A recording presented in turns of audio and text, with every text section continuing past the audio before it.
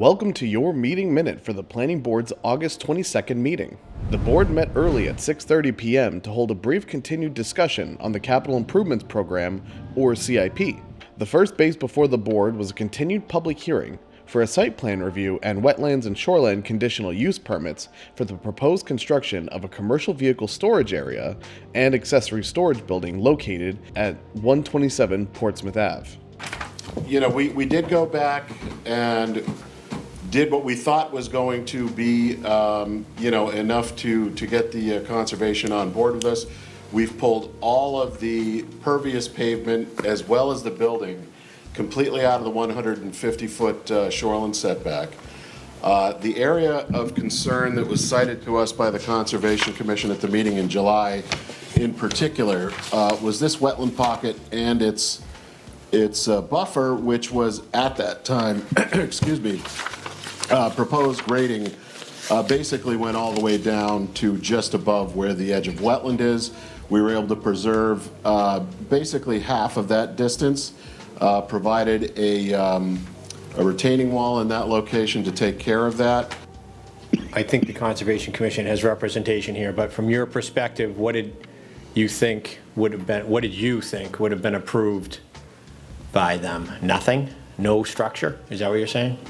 Well, that was the indication we got. There was a memo by one of the members that was handed out that evening, which essentially said that yes, they reduced things, but it was, I think, penned in the memo, cited as minimal, and still not comfortable with the overall layout. And there was a final paragraph that essentially said, what do I think could be approved here? I think I could get behind approval of the pervious parking area without the building.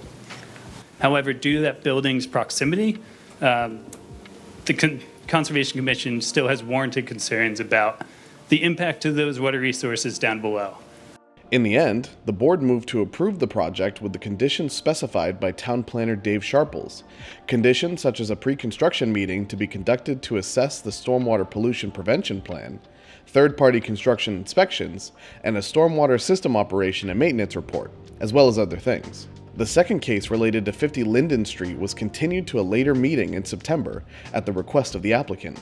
The final case before the board that evening was for a multifamily site plan review for the proposed construction of 2 residential duplex structures on the property located at 46 Main Street, which sits near Main Street School.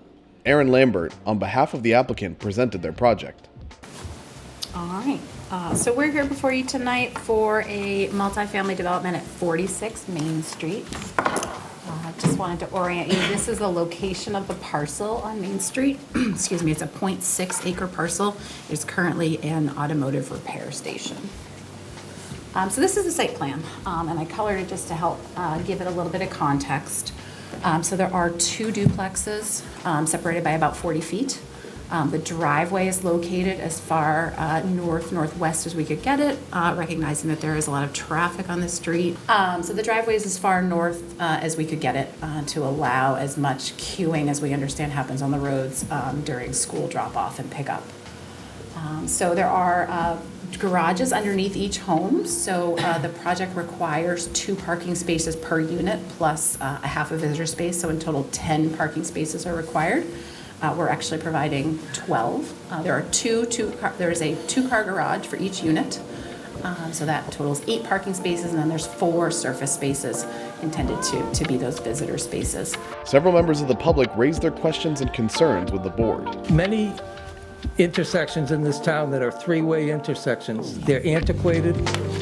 They should be just 2-way intersections, but I'm wondering if we could have 3 stop signs on that road where it intersects with Cass Street, 1 on each side of Main Street, to slow the traffic, to slow the noise that is increasingly getting worse. And, many drivers have no respect for what's going on there. The town deserves to have people slow down when they approach town or are exiting the town, and make it safer for the people that live on that curve. Mm-hmm. My only concern is just that for the carriage house, which is 60A, that there's enough of a buffer. It sounds like there will be with the 6-foot fence and then some of the trees, but that carriage house is built on a slab. So I just want to make sure that it's protected and there's no flooding or anything.